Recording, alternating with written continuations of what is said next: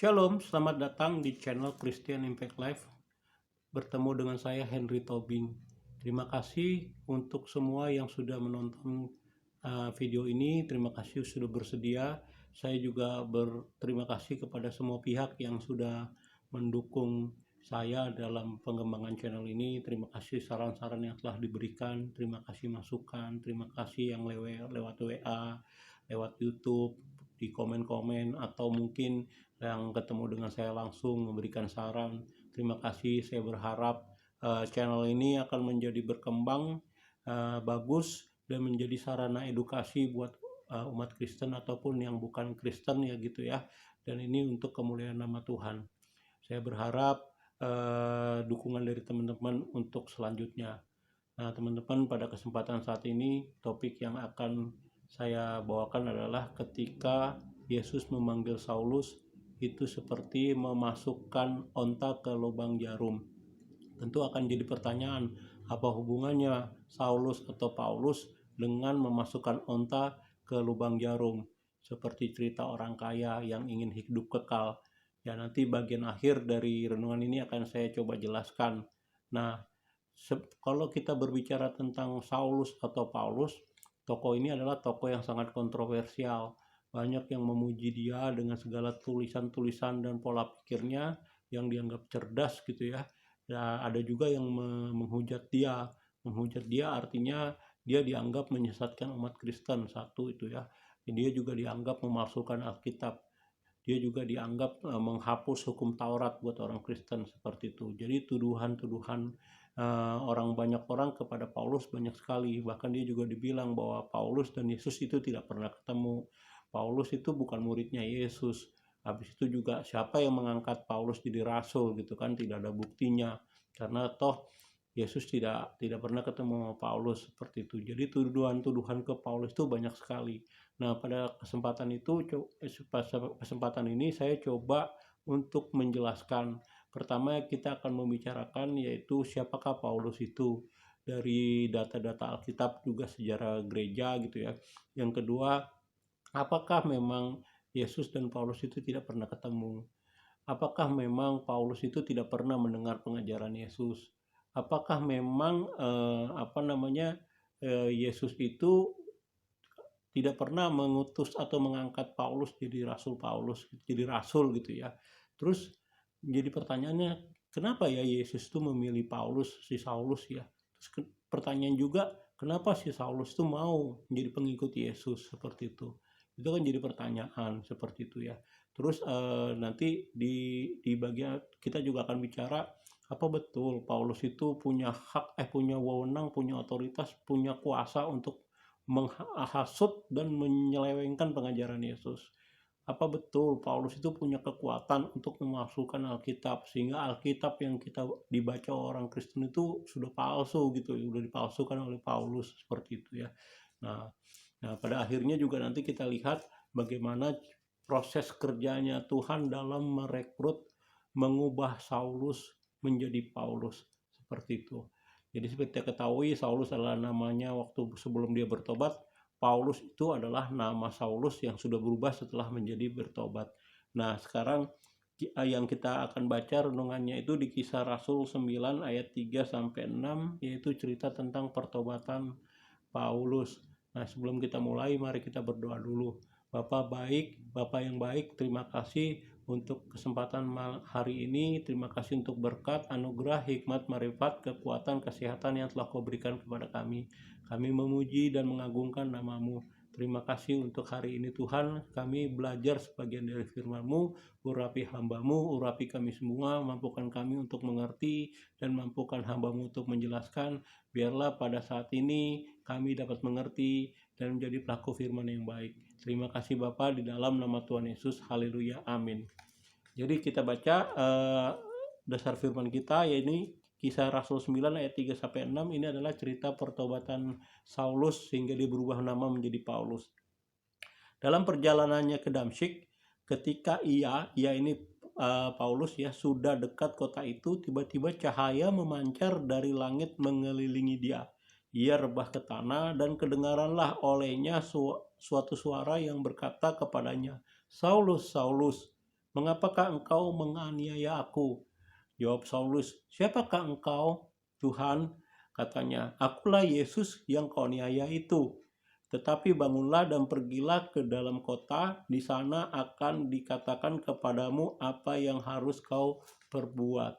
Jadi kalau kita baca dan selanjutnya tuh sampai ayat 18 ya, Saulus tuh tiba-tiba jadi buta gitu ya. Terus dia dituntun sama teman-temannya, dia pergi ke Damsyik. Dan di Damsyik itu ada orang yang namanya Ananias. Ananias lagi doa, terus Tuhan Yesus di dalam penglihatan dibilang bahwa Ananias suruh ketemu Paulus supaya Paulus itu didoakan. Nah, Ananias langsung ketemu Paulus, Paulus didoakan, maka Paulus yang buta itu bisa melihat lagi. Dan habis itu Paulus langsung dibaptis sama Ananias. Nah, kalau kita baca lanjutnya tuh Paulus tuh ada beberapa tahun dia ke Arab dulu untuk mengungsi, mengasingkan diri.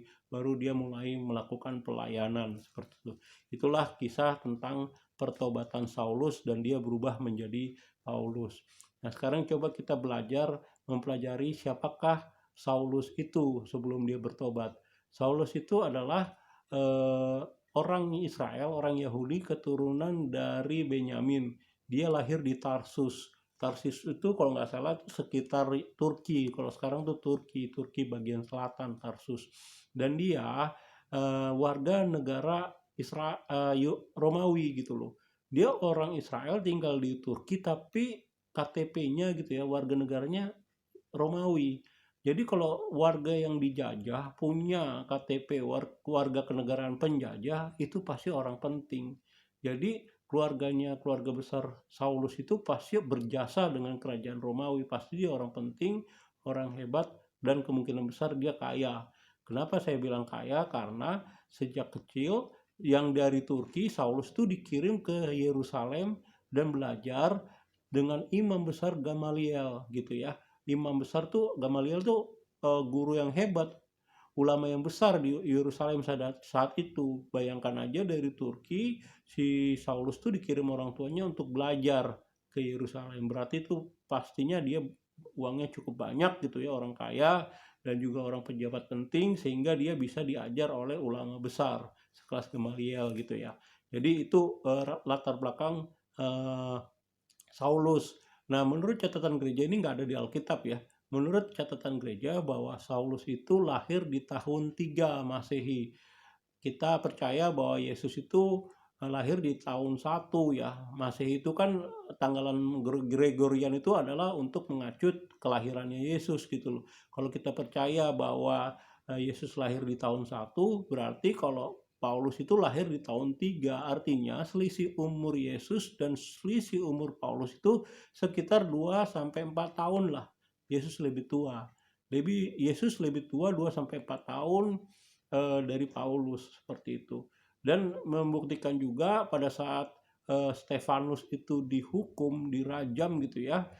Stefanus dihukum itu martir pertama kan Stefanus itu kan kira-kira nggak lama sesudah Yesus terangkat ke surga, maka si Stefanus pun dihukum rajam. Nah, pada saat pengadilan itu si Saulus itu ada di pengadilan agama saat itu, bahkan dia yang memegang jubah-jubah orang yang mengeksekusi Stefanus gitu loh. Nah, itu dipercaya orang yang bisa masuk di pengadilan, aktif dalam pengadilan agama di Israel pada saat itu usianya harus minimal 30 tahun.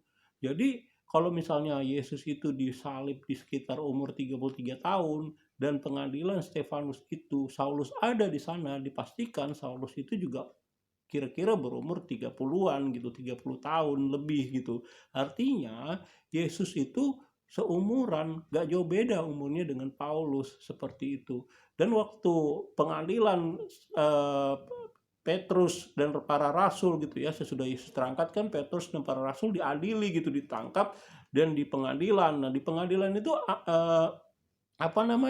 Gamaliel gurunya Saulus yang dihormati pada saat itu berbicara.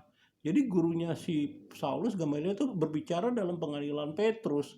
Artinya pada saat itu gurunya Saulus lagi berbicara, kemungkinan besar Saulus juga ada di sana gitu loh. Karena dia anak didiknya Gamaliel gitu loh dalam pengadilan Petrus dan para rasul. Jadi bisa dipastikan bahwa Saulus itu pernah ketemu Petrus, pernah ketemu Yohanes, dan pernah ketemu sama dengan Yesus seperti itu. Jadi memang seumuran mereka, satu zaman seperti itu. Jadi kalau kita simpulkan bahwa Paulus anak orang kaya, warga negara lahir di Turki, dia itu warga negara Romawi, dididik secara keras, mazhabnya tuh paling keras gitu dari orang Farisi, dididik oleh ulama besar di sana Gamaliel di Yerusalem. Nah, bisa dibayangkan bahwa Yesus itu lahir di Bethlehem, mungkin dia besar di Nazaret atau di Kapernaum atau di Galilea gitu ya. Sekitaran situ masa kecilnya Yesus, dan juga orang tuanya juga mungkin pernah ke Yerusalem gitu ya. Dan si Saulus juga ada di Yerusalem saat itu, sekolah, dididik. Jadi kalau dibilang Yesus itu tidak pernah ketemu sama Paulus tuh agak diragukan gitu loh, agak diragukan karena mereka hidup dalam satu zaman, hidup di negara yang sama, bahkan pernah di kota yang sama pada saat Yesus itu datang ke Bait Allah di Yerusalem, dan Paulus pasti ada di sana gitu ya, Saulus ada di sana. Pada saat Yesus ngacak-ngacak Bait Allah di Yerusalem, kan pastinya Paulus ada di sana gitu, Saulus ada di sana gitu. Mungkin ini kan tidak ada catatan di Alkitab gitu. Pada saat Saulus itu Yesus berkhotbah di mana-mana, dan itu ada kesempatan pasti Paulus datang untuk melihat. Bisa dibayangkan kalau Yesus kan pada saat itu magnet gitu. Pada saat dia berkhotbah, dia bisa mendatangkan 4.000 sampai 5.000 orang berkumpul. Buktinya kan Yesus memberikan makan untuk 4.000 sampai 5.000 orang gitu kan, memberikan makan. Berarti kan kumpulan orang banyak, 4.000 sampai 5.000 orang. Nah, kalau ada orang pemimpin agama pada saat itu yang begitu menjadi magnet, sedangkan Paulus pada saat itu hidup di zaman itu dan ada di Yerusalem, pastinya Paulus akan wondering gitu loh, ini siapa orang ini gitu kan. Pasti dia datang, pernah ketemu sama Yesus gitu, pasti dia denger gitu loh, khotbah-khotbahnya Yesus, pengajaran Yesus itu seperti apa. Dan perlu dicatat bahwa Paulus itu adalah kaum Farisi yang percaya dengan kebangkitan setelah kematian gitu loh. Dia aliran paham yang mempercayai kebangkitan sesudah kematian, dan Yesus mengajarkan bahwa orang mati itu bisa dibangkitkan, dan dia dibangkitkan di dalam Yesus gitu loh, yang orang yang diselamatkan. Artinya itu akan membuat Paulus tertarik gitu loh dengan apa yang dikatakan Yesus. Bisa dijadikan juga karena mereka bilang bahwa pengajaran Yesus itu penuh dengan kuasa, bukan seperti kaum Farisi seperti itu. Jadi sangat diragukan gitu ya kalau sampai Paulus itu tidak pernah ketemu sama Yesus, dan Paulus itu tidak tahu pengajaran Yesus.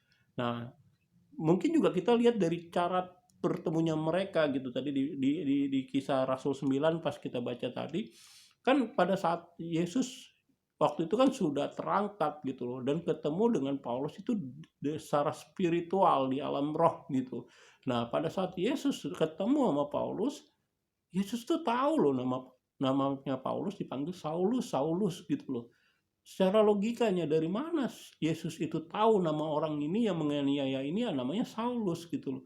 Ya, kalau kita lihat secara spiritual gitu ya, kita lihat secara alam roh gitu kan, kita percaya Yesus itu Tuhan ya, pasti tahulah orang ini gitu loh.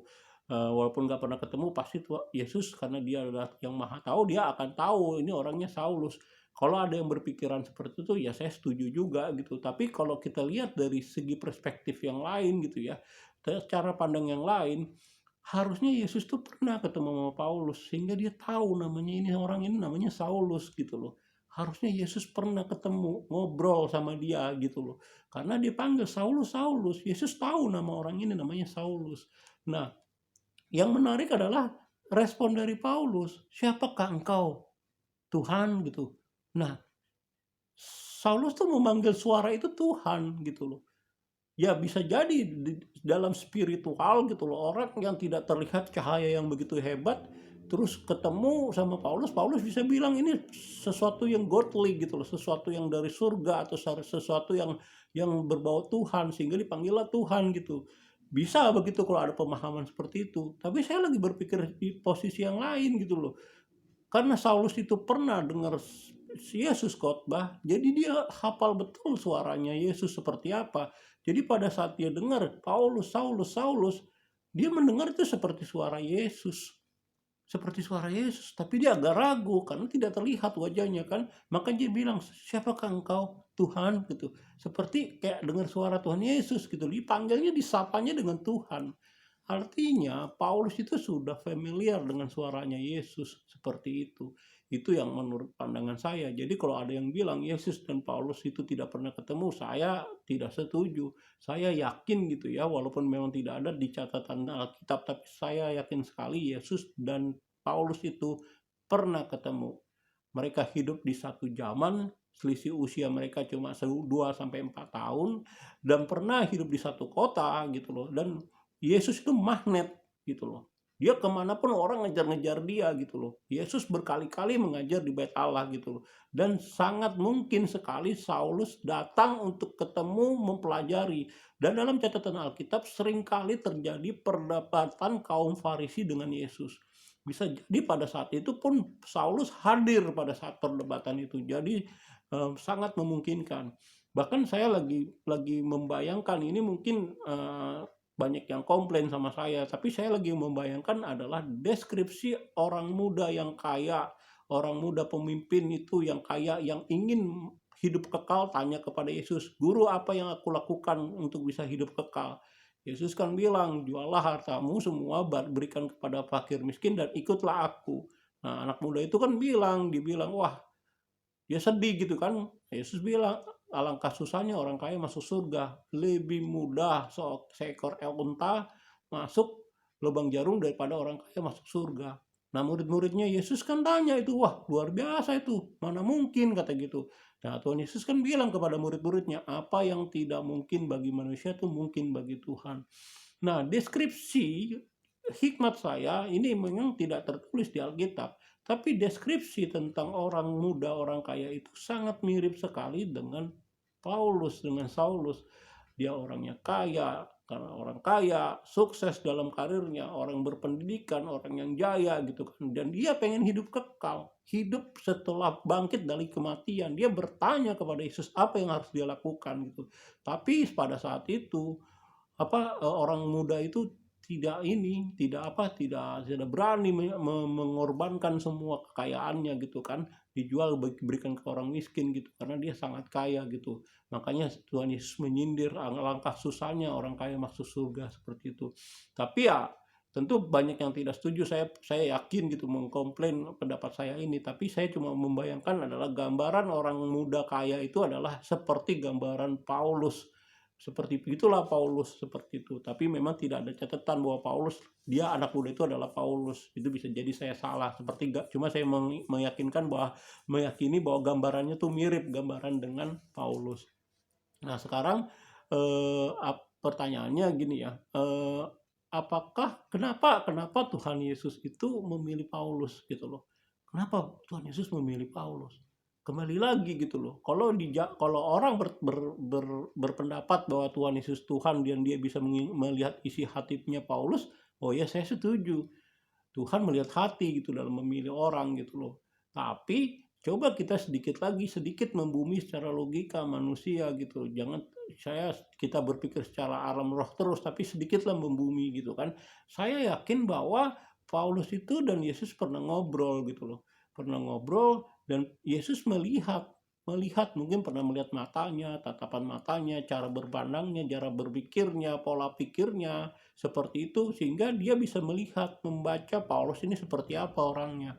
Makanya dia memilih Paulus. Mungkin di mata Yesus tuh orangnya tulus, orangnya semangat, militan dalam menjalankan agama gitu kan, orangnya komitmen, tanggung jawab gitu, pokoknya orangnya passionnya kuat lah mungkin, tapi dia kurang dalam pengajarannya sehingga dia itulah Paulus dipilih oleh Tuhan Yesus, dipilih oleh Tuhan Yesus. Nah, pertanyaannya lagi gitu loh, kenapa Paulus mau? Kenapa Paulus mau jadi pengikut Yesus? Seperti itu, dia kaya, karirnya bagus, ya kan, ternama, orang di posisi yang kuat. Ngapain dia mengikuti Yesus? Kalau dia mengikuti Yesus, kemungkinan besar dia akan dianiaya, kemungkinan besar dia akan meninggalkan semua kejayaannya, kemungkinan besar dia akan dibuang dari keluarga. Ngapain gitu loh? Ngapain gitu Paulus mengikuti Yesus? Ya tentu orang akan berpendapat ini kan pengalaman Roh Kudus. Roh Kudus lah yang menjamah Paulus sehingga Roh Paulus bisa meninggalkan semua kekayaan dan kejayaannya untuk mengikuti Yesus. Itu pun saya setuju. Saya setuju kalau dibilang itu pengaruh Roh Kudus yang mengurapi, yang bertemu. Roh Kudus ketemu sama Paulus karena dengan Roh Kudus lah yang memampukan Paulus dalam mengenal Yesus sebagai juru selamatnya. Tapi kembali lagi kita coba berpikir secara logika gitu loh. Pastinya saya yakin betul bahwa Paulus itu sudah berkali-kali mendengar pengajaran Yesus. Jadi ada unsur pengajaran di sini, ada unsur penginjilan. Yesus melakukan pengajaran ke orang banyak dan mungkin juga langsung ke Paulus, ngobrol langsung dengan Paulus sehingga Paulus ini tertarik gitu dengan ajarannya Yesus.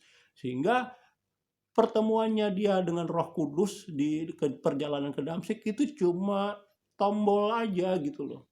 Padahal sebenarnya Paulus itu sebenarnya sudah tertarik untuk mengikuti Yesus karena pengajaran-pengajaran Yesus itu seperti itu. Jadi segala kekayaannya, segala kemuliaannya, segala kejayaannya, karir yang cemerlang itu dibuang semua Paulus, dia ikut Yesus. Seperti itu. Nah, itu juga terinspirasi dari tulisan-tulisan Paulus. Paulus tuh banyak surat-suratnya itu terinspirasi dari perkataan Yesus. Contoh ya, gitu. Contoh. Di surat Paulus tuh ada bilang begini, apa yang kata dunia itu hebat gitu ya, segala kemuliaan yang dipuji-puji dunia, itu tidak ada apa-apanya setelah dia ketemu Yesus. Jadi yang semua kemuliaan, kejayaan, kekayaan, mulia itu semua sampah. Tidak ada artinya pada saat dia ketemu Yesus. Ini sangat mirip dengan perkataan Yesus begini. Perumpamaan kerajaan Allah itu ketika orang tahu di satu tempat atau di suatu rumah, suatu tanah itu ada harta karun, maka orang akan menjual semua hartanya, terus dia akan membeli tanah itu karena di dalam tanah itu adalah harta karun. Itu kan pengajaran Yesus gitu loh.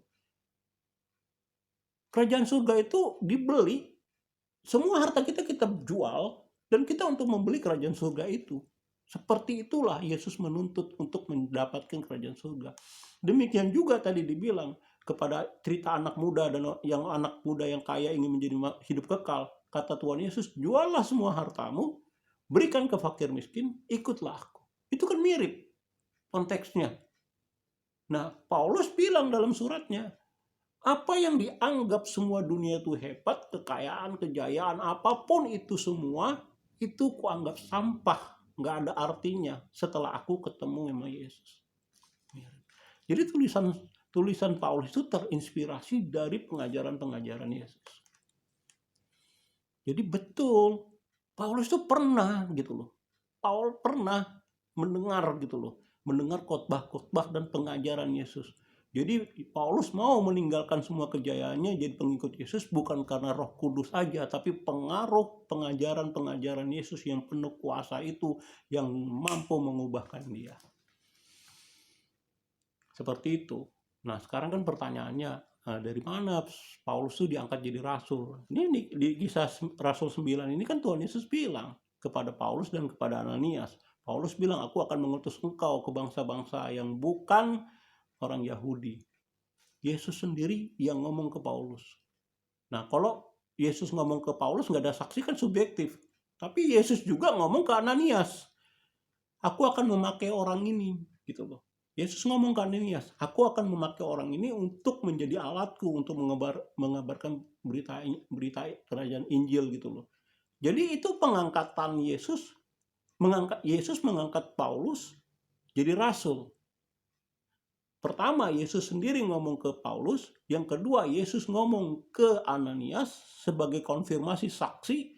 Dan juga pada saat orang Antioquia, di kisah para rasul, orang Antioquia lagi berdoa, Tuhan Yesus bilang ke jemaat Antioquia, aku akan memilih Paulus dan Barnabas untuk kuutus sebagai alatku. Itu konfirmasi yang ketiga.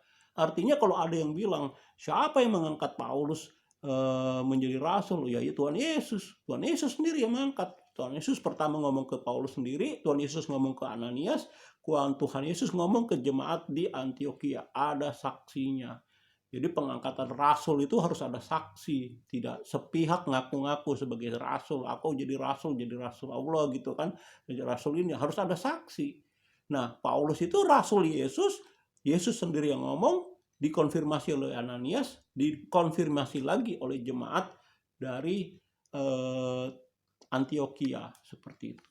Jadi menjawab pertanyaan, siapa yang mengangkat Rasul Paulus? Paulus jadi rasul, ya Tuhan Yesus sendiri. Seperti itu. Selanjutnya, apakah mungkin Paulus itu memasukkan pengajaran Yesus? Wah, ini pertanyaan apa ya, nggak perlu ditanya gitu. Tadi kan saya udah bilang bahwa Saulus, Yesus, Petrus, Yohanes, Yakobus, semua 12 murid Yesus, semua hidup satu zaman. Kalau misalnya Paulus itu ngeyel, dia mengajarkan pengajaran yang bertentangan dengan pengajaran Yesus, dia udah digeplak sama Petrus, udah ditabok sama Yakobus, udah ditonjok mungkin sama si Thomas. Seperti itu. Lu ngajarin apa? Pasti dibilang begitu. Rasul Paulus itu tidak punya wewenang, tidak punya kuasa untuk memalsukan, karena ada saksi-saksi hidup murid-murid Yesus pada saat itu. Orang yang langsung ketemu sama Yesus, tidur bareng, makan bareng Yesus, ada masih hidup. Jadi kalau Paulus tuh ngeyel mengabarkan berita yang lain tuh udah digebugin.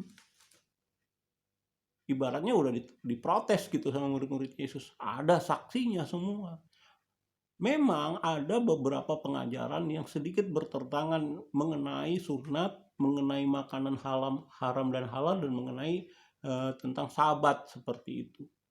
Tapi itu sudah dibahas di sidang konsili di Yerusalem.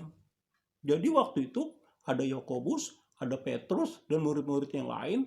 Dia mendengar apa sih pengajaran Paulus itu. Nah, Paulus menjelaskan konsep pengajarannya gitu loh. Dan pada akhirnya Petrus bicara, Yakobus bicara bahwa mereka menerima pengajaran Yesus. Dan mereka tidak bilang tidak boleh misalnya orang Yahudi itu dipaksa untuk sunat, masalah makanan haram dan halal juga ada pengkhususan untuk orang-orang non-Yahudi. Memang disarankan bahwa orang-orang Kristen itu jangan makan makanan yang dipersembahkan kepada dewa-dewa gitulah, seperti itu.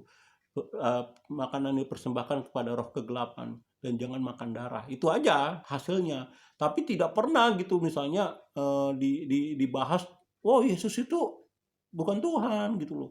Atau Yesus itu Tuhan itu cuma satu, kenapa Paulus bikin 3 gitu. Nggak ada dibahas masalah itu. Seperti itu. Tidak masalah tauhid lah, ibaratnya tidak ada pertentangan masalah tauhid. Konsepnya sama pengajaran Paulus dan pengajaran Yesus, dan juga disaksikan, dikonfirmasi, dan dibenarkan oleh murid-muridnya Yesus. Waktu itu masih pada hidup semua. Terus pertanyaannya, apakah Paulus itu bisa memalsukan ya? Alkitab yang sekarang itu bukan Alkitab orang Kristen, kita bukan aslinya gitu, udah Alkitab palsu dari Paulus. Waduh, itu udah mengarang bebas juga cerita itu. Dugaan itu udah terlalu udah terlalu mengarang bebas gitu loh. Udah halu gitu. Kalau orang berpikiran Paulus itu bisa memalsukan Alkitab Kristen gitu, halu gitu ya. Kenapa saya bilang halu gitu? Satu nih, kita lagi ngomong perjanjian baru ya. Perjanjian lama mah nggak usah ditanyakan gitu loh. Sebelum Yesus lahir, sebelum Paulus ada di dunia ini juga udah dibaca gitu sama orang-orang Yahudi, orang-orang Farisi. Udah nggak mungkin di otak-atik itu perjanjian lama. Nah sekarang kita ngomong perjanjian baru gitu kan. Siapa yang tulis perjanjian baru? Yang dibaca orang Kristen sekarang, siapa yang menulis? Satu Matius gitu loh. Matius itu murid Yesus. Saksi sejarah, ngomong ketemu sama Yesus langsung. Tuh. Satu. Yang kedua, penulis itu Markus. Markus itu murid Yesus yang lingkaran 2. Yesus itu punya lingkaran 1, 12 murid. Lingkaran 2 itu 70 murid. Nah, Markus ini bagian dari lingkaran 2 yang 70 murid itu. Dan dia itu keponakannya Petrus. Markus itu anak didiknya Petrus. Jadi nggak mungkin Paulus tuh mempengaruhi Markus gitu. Nah, yang ketiga tuh Lukas gitu ya. Lukas itu memang temannya, sahabatnya Paulus gitu loh. Kalau memang katanya Lukas itu dipengaruhi oleh Paulus bisa, tapi kan bisa dicek. Surat Paulus, Matius, Markus, Paulus dan Yohanes itu sejalan, nggak ada yang bertentangan. Nah, surat yang keempat kan dari Yohanes. Yohanes itu anak kesayangannya Petrus, murid kesayangan Yesus gitu Yohanes. Murid kesayangannya Yesus Yohanes. Jadi Yohanes mengirim surat di Injil Yohanes itu nggak mungkin lah Petrus itu Saulus itu mempengaruhi Paulus, itu mempengaruhi Yohanes, nggak mungkin gitu loh, nggak masuk akal, logikanya udah nggak masuk. Orang Yohanes tuh orang yang ketemu langsung sama Yesus, murid kesayangan Yesus, terus masa bisa dipengaruhi sama orang Paulus seperti itu. Nah, kisah para rasul tuh ditulis oleh Lukas gitu ya. Ya, itu cerita-cerita tentang kehidupan para rasul. Nah, surat-surat Paulus tuh mulai dari Roma, Timotius, Tesalonika gitu, Kolose gitu ya. Itu surat-surat Paulus memang gitu. Tapi pengajaran-pengajaran tulisan-tulisan Paulus itu sudah dikonfirmasi, sudah diiyakan dan tidak dibilang sesat oleh murid-muridnya Yesus. Karena orangnya masih hidup semua pada saat itu gitu ya. Seperti itu. Nah, terus ada juga surat Yakobus. Yakobus itu ya ada tirinya Yesus gitu kan. Dia sebagai uskup pertama di Yerusalem gitu ya. Terus juga ada Yudas juga, saudaranya Yesus gitu ya. Dia nggak mungkin lah mereka berdua itu dipengaruhi sama Paulus tuh. Kitab Petrus juga ada surat 1 Petrus, 2 Petrus, Yohanes ada 1 Yohanes, 2 Yohanes, 3 Yohanes gitu ya. Itu sih Yohanes semua yang nulis gitu loh. Dan kitab Wahyu terakhir itu ada ya itu juga Yohanes yang tulis. Terus di mana ada logikanya tiba-tiba Paulus punya wewenang, punya kuasa untuk memalsukan Alkitab? Nggak ada lah. Semua tertulis kok. Iman Kristen itu tertulis, bukan dihafal, tapi tertulis. Jadi ada bukti manuskrip tertulis oleh tangannya langsung. Tangannya Petrus langsung, tangannya Matius langsung. Tertulis. Dan ada bukti autentiknya semua ada. Jadi nggak masuk akal kalau lu bilang surat-surat yang ditulis itu udah dipalsukan sama Paulus, nggak masuk akal, nggak mungkin. Nah, sekarang kita makna rohaninya. Tadi saya bilang apa hubungannya memasukkan memasukkan onta lewat lubang jarum gitu kan? Itu kan sesuatu yang mustahil ya gitu loh. Itu adalah tingkat kesulitan bagaimana seorang anak muda itu mau menjual semua kekayaannya, dikasih ke orang miskin dan ikut Yesus. Itu sulit. Lebih gampang memasukkan onta ke lubang jarum kan kata Tuhan Yesus. Nah, gambaran anak muda itulah gambaran Rasul Paulus. Rasul Paulus itu kaya, pinter, karirnya bagus, pejabat tinggi. Semua kemuliaan, kejayaan, kehebatan itu ada di tangannya. Kok dia mau itu membuang itu semua? Kok mau dia? Dia mau mengikut Yesus, menyangkal dirinya, memikul salibnya, dan mengikut Yesus. Apakah Paulus itu hidup enak sesudah mengikut Yesus? Tidak enak. Berkali-kali dibunuh, berkali-kali dianiaya, bahkan matinya pun dipenggal di Romawi, dipenggal kepalanya. Ngapain dia mengikuti Yesus kalau ujung-ujungnya dia memang dipenggal? Tapi dia bilang, apa yang kata dunia itu hebat, apa yang kata dunia itu mulia gitu, yang dinilai hebat di kata dunia, itu ku anggap sampah setelah ku ketemu Yesus. Itu kan seperti memasukkan onta ke lubang jarum, hal yang nggak mungkin. Tapi itu terjadi di Paulus. Sangat militan dia. Memberitakan Injil Kerajaan Sorga. Sangat militan. Kenapa? Tadi saya bilang, karena Roh Kudus. Yang kedua, karena pengajaran. Karena Paulus mendengar pengajaran Yesus. Ini adalah satu cara umat Kristen dalam menyiarkan amanat agung. pengajaran dan kuasa Roh Kudus. Dalam melakukan pengajaran itu, edukasi, pengajaran ke siapapun, kita harus butuh kekuatan kuasa dari Roh Kudus supaya penjelasan kita tuh bagus. Pengajaran itu penting, edukasi itu penting ke siapa aja, dan tentu harus disertai dengan kuasa Roh Kudus. Dengan dua hal kekuatan ini, udah ada satu lagi, kalau menurut saya satu lagi itu teladan. Teladannya Yesus. Artinya Paulus melihat teladannya Yesus. Teladan apa yang dikatakan digenapi. Makanya dibilang Yesus itu bersedia disalib. Artinya Paulus melihat sosok yang jadi teladan. Teladan yang dia bilang dia kagumi karena kuasa omongan sama Yesus, omongan Yesus itu benar-benar dilakukan sama dia. Suatu figur teladan. Jadi ada tiga hal yang memampukan merubah Saulus jadi Paulus. Satu, mengenai edukasi, pengajaran. Kedua, teladannya Yesus. Yang ketiga, mengenai kuasa Roh Kudus. Sesuatu yang tidak mungkin jadi mungkin, seperti memasukkan onta ke lubang jarum. Sesuatu yang tidak mungkin dibikin Tuhan mungkin. Itulah ketika Saulus dipanggil Saulus 2 kali. Paulus, menjadi Paulus dia. Ada yang menarik juga, saya lupa gitu ya.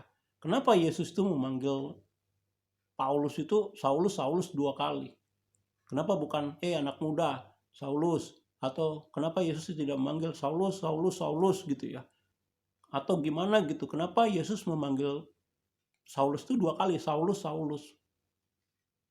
Ini mungkin pertanyaan iseng gitu loh. Tapi buat Paulus itu penting. Karena dia ngerti Taurat, dia ngerti kisah-kisah para nabi. Dia tahu benar pada saat Tuhan memanggil Musa pertama kali, Tuhan menyebut namanya 2 kali. Musa 2 kali. Pada saat Tuhan memanggil pertama kali Samuel di bait Allah, Tuhan memanggil nama Samuel 2 kali. Samuel. Dengan yang cara yang sama juga, Yesus memanggil Paulus untuk panggilan pertama kali. Paulus. Saulus sadar itu mungkin. Itu salah satu. Bagaimana Yesus memperlakukan Paulus itu. Gimana caranya seperti Tuhan memanggil Samuel, seperti Tuhan memanggil Musa, begitulah Yesus memanggil Paulus. Merubah Saulus menjadi Paulus itu seperti memasukkan onta ke lubang jarum. Apa yang tidak mungkin bagi manusia, mungkin bagi Tuhan. Sangat mungkin bagi Tuhan. Itu hanya gara edukasi, kuasa Roh Kudus, dan teladan. Demikian renungan dari saya, semoga ini menjadi berkat buat kita. Mari kita contoh apa yang dilakukan Yesus kepada Paulus. Jadi kita perlakukan bagi siapapun pihak yang pernah ditemui oleh Yesus. Kebetulan kamu itu bukan orang Kristen, tapi Tuhan Yesus pernah bertemu dengan engkau. Jangan keraskan hatimu. Please, belajar. Pengajaran itu penting. Belajarlah. Jangan jadi orang bodoh. Belajar, pahami betul untuk mengetahui siapa Tuhan yang benar. Seperti itu. Kau sudah dipilih sama Tuhan. Kalau Tuhan Yesus sudah memanggilmu, kau sudah dipilih. Jangan keraskan hatimu. Seperti Paulus.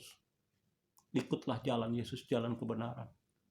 Untuk kau dia akan dipilih untuk memberitakan kabar baik. Itu tambahan dari saya. Semoga menjadi berkat. Segala kemuliaan hanya bagi Tuhan. Haleluya. Amin.